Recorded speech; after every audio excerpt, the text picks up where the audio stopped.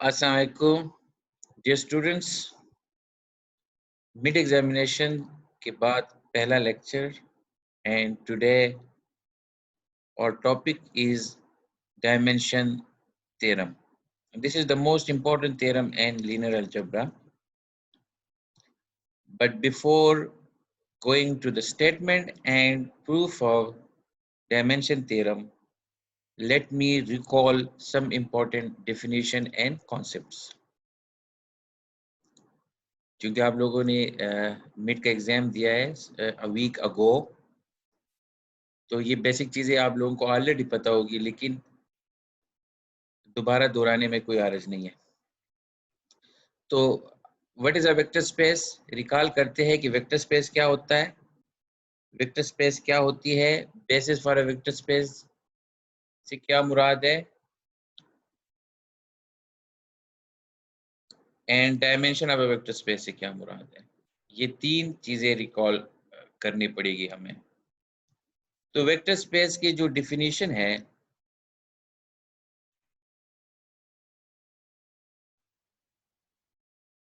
आपके पास एक सेट होता है and that set is an abelian group under addition. You have a set V. This is abelian group under addition and under multiscalar multiplication उसके 5 properties हैं। तो वो ये यहाँ पे डिस्कस की हुई है, लिखी हुई हैं। ये फाइल मैं आप लोगों को पीडीएफ फाइल भी सेंड कर दूंगा, तो आप लोग उसमें भी अपने आसानी की खातिर देख सकते हैं कि ये थ्योरम जो है क्या क्या इसके लिए ज़रूरी है रिकॉल करना। तो ये वेक्टर स्पेस की बेसिक्स एक्सियम्स है। ठीक हो गया?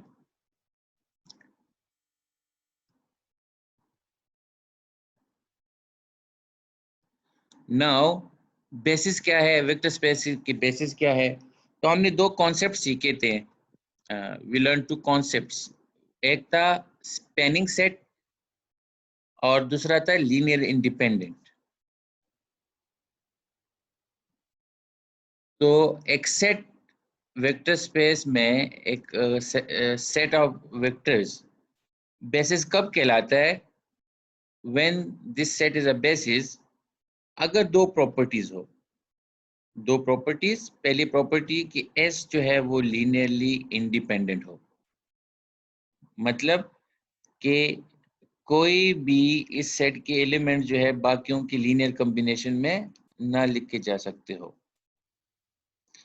एंड सेकंड, पूरा जो पूरी वेक्टर स्पेस जो है वो एस से स्पेन होता हो, या एस पूरे वेक्टर स्पेस को स्पेन करता हो। हर एक वेक्टर एस के एलिमेंट्स की लीनियर कॉम्बिनेशन में लिखा जा सकता हो। तो इसको हम कहते हैं, ऐसे सेट को कहते हैं कि this is the basis for the vector space. अब next, what is the dimension of a vector space? तो किसी बेसिस में, एक बेसिस में जो नंबर ऑफ एलिमेंट्स है उसकी तादाद को we call this the metric dimension, sorry, the dimension of the vector space। यानी s की जो कार्डिनलिटी है, s की कार्डिनलिटी वेक्टर स्पेस की डायमेंशन कहलाती है। तो ये वो डिफिनीशन और कॉन्सेप्ट्स थे जो रिकॉल करना ज़रूरी थे। और अब हम जाते हैं स्टेटमेंट में, जो आज हमारा इम्पोर्टेंट थ्योरम है। लेकिन before going into that theorem कुछ एग्जांपल देना ज़रूरी है। फॉर एग्जांपल, अगर वेक्टर स्पेस जो है, if a vector space is contains only one element, तो इसकी डायमेंशन क्या होगी? 0। ठीक हो गया? इसकी जनरेट करने के लिए या इसको स्पेन करने के लिए आपको किसी एलिमेंट की ज़रूरत नहीं है, इसकी डायमेंशन 0 है। और अगर किसी वेक्टर स्पेस की डायमेंशन फाइनाइट ना हो तो वो इनफाइनाइट डायमेंशनल कहलाती है। एक रिमार्क है कि for every vector space there exist a basis and the basis of a vector space have equal cardinality. This is known the dimension theorem. मतलब है ये स्टेटमेंट से पहले हमने उस स्टेटमेंट को रिमार्क बनाया हुआ है कि अगर एक वेक्टर स्पेस है और उसके कई बेसिस है, फॉर एग्जांपल 2 3 4 इन्फिनिट बेसिस है, तो एक चीज तो कंफर्म होगी कि उनमें एलिमेंट्स की तादाद एक जैसी होगी, यानी कि यूनिक है dimension of a vector space. और ये हमारा आज का थ्योरम है, द मोस्ट इंपॉर्टेंट थ्योरम।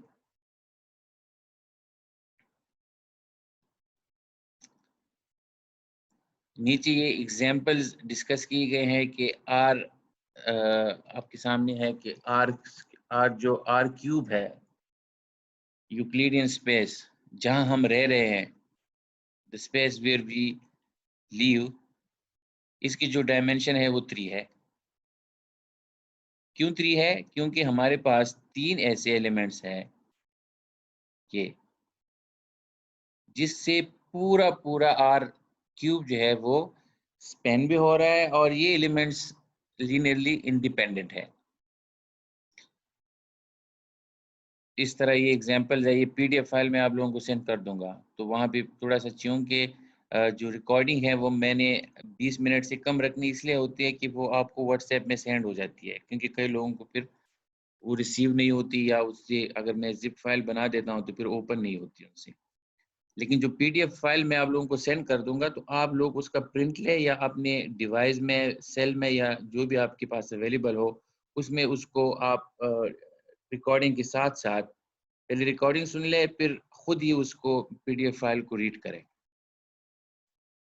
तो इसी तरह जो मैट्रिसेस है, टू 2x3 मैट्रिसेस का जो वेक्टर स्पेस है उसकी डायमेंशन 3 है, 6 है, और ये उसकी बेसिस है। ये जो आपको नजर आ रही है सारी उसकी बेसिस है। और इस पीडीएफ फाइल में और भी एग्जांपल है, लेकिन बिफोर हम अगर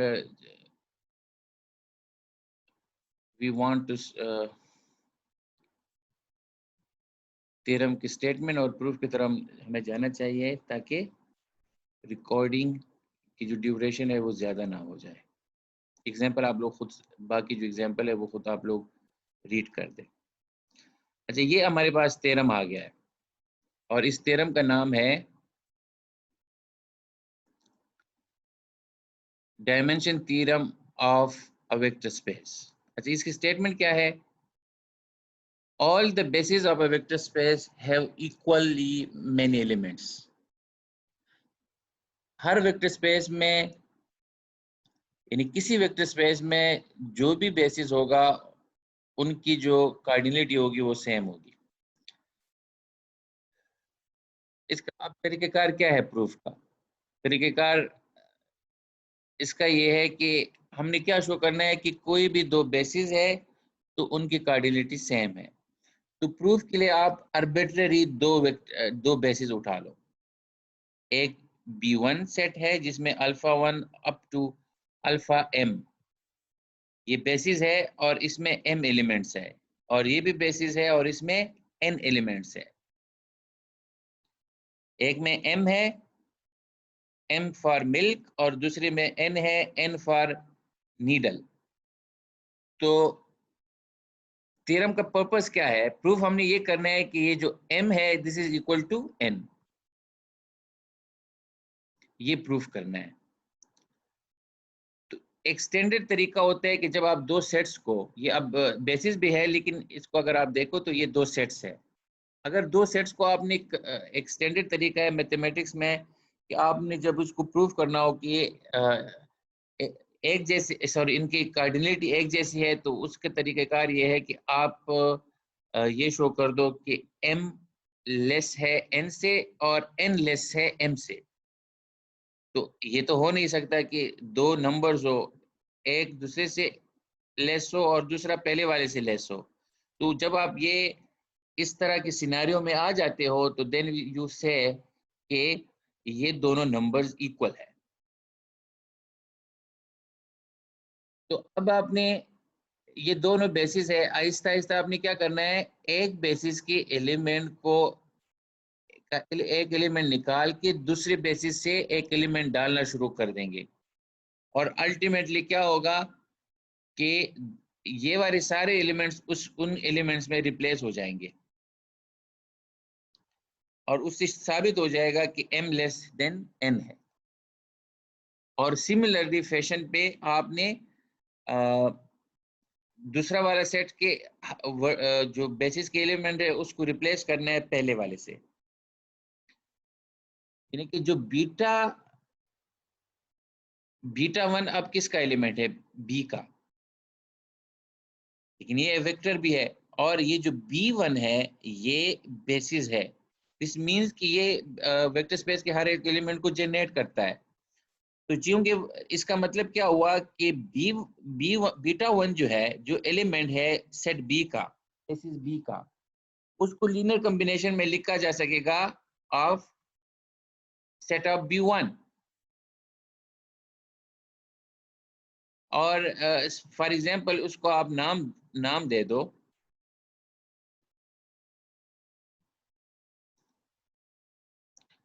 अल्फा आर,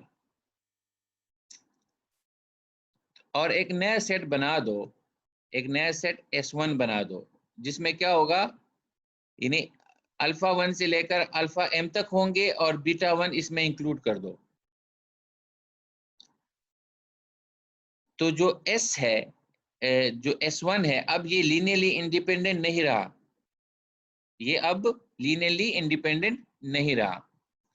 अब कोई एलिमेंट अल्फा उठा लो V से, और चूंकि जो वेक्टर स्पेस है उसको आप उसको b1 भी स्पेन कर रहा है और b2 भी स्पेन कर रहा है, तो अल्फा को आप लिख सकते हो as a linear combination of elements of b1।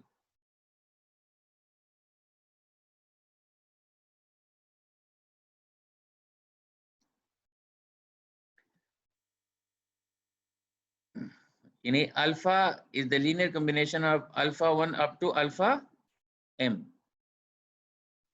इसी तरह अगर हम इसमें एक और एलिमेंट इंक्लूड कर दे अल्फा आर, जो बीटा 1 को रिप्रेजेंट कर रहा था, तो इस अल्फा को उससे भी अगर उसको हम शामिल भी कर दे तो लीनियरली इंडिपेंडेंट तो नहीं रहेगा, बट अल्फा को स्पेन करेगा। और अल्टीमेटली क्या होगा कि जो अल्फा है, this will be the linear combination of elements of S2,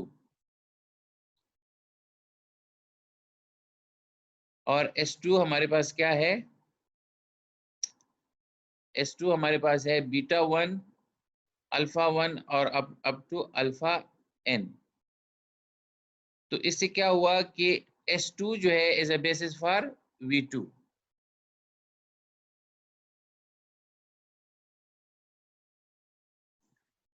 अच्छा, अब S2 हमें कैसे हासिल हुआ है, S2 is obtained by omitting one alpha and adding one beta to the vectors in S1। S2 हमें ऐसे obtain हुआ है कि हमने S1 में एक बीटा 1 शामिल किया है और S2 से अल्फा जो है वो निकाल दिया है। अब यही सारा प्रोसीजर बी के एक और एलिमेंट बीटा 2 के लिए आप लोगों ने करना है, और करा के आपके पास अल्टीमेटली क्या हो जाएगा, एक S3 हासिल होगा, फिर S4 हासिल होगा उसी प्रोसीजर के साथ,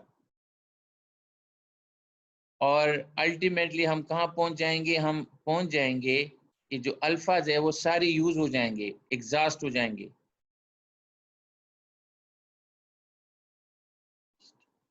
तो मतलब है B1 में एलिमेंट्स है और B2 में एलिमेंट्स है, आप आहिस्ता आहिस्ता रिप्लेस कर रहे हो, अल्फा को रिप्लेस कर रहे हो बीटा से, और अल्फा खत्म हो जाते हैं। इसका मतलब है कि जो B1 है उसके एलिमेंट ज्यादा है, तो इसका मतलब क्या हुआ कि n is less than m।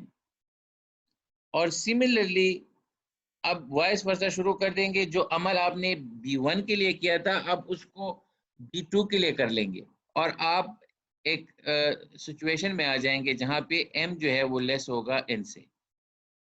अब ये तो हो ही नहीं सकता कि दो नंबर्स है, एक एक दूसरे से वो छोटे हैं, ऐसे ही तो पॉसिबल नहीं है। ठीक हो गया? क्योंकि जो हमारे पास लेस वाला कॉन्सेप्ट है वो है एंटीसिमेट्रिक, तो हमारे पास कोई ऑप्शन नहीं है कि ये तब पॉसिबल होगा कि अगर n is equal to m है। अब n क्या था? n is the cardinality of b1 जो बेसिस था, और m जो था वो कार्डिनलिटी था of b2, sorry vice versa, m cardinality था b1 का और n कार्डिनलिटी था b2 का, तो दोनों में एक जैसे एलिमेंट्स आ गए।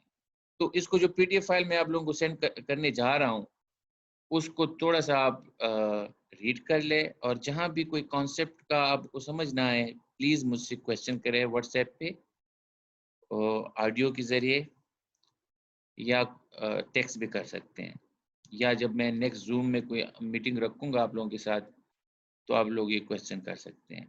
तो आज का जो इम्पोर्टेंट टॉपिक था वो था डायमेंशन थ्योरम, कि हमारे पास वेक्टर स्पेस में डायमेंशन जो है वो यूनिक है, यानी कि जो भी कोई दो बेसिस होंगे उसमें एलिमेंट्स की तादाद एक जैसे होंगी। Thank you very much, see you in next lecture. अल्लाह हाफिज़।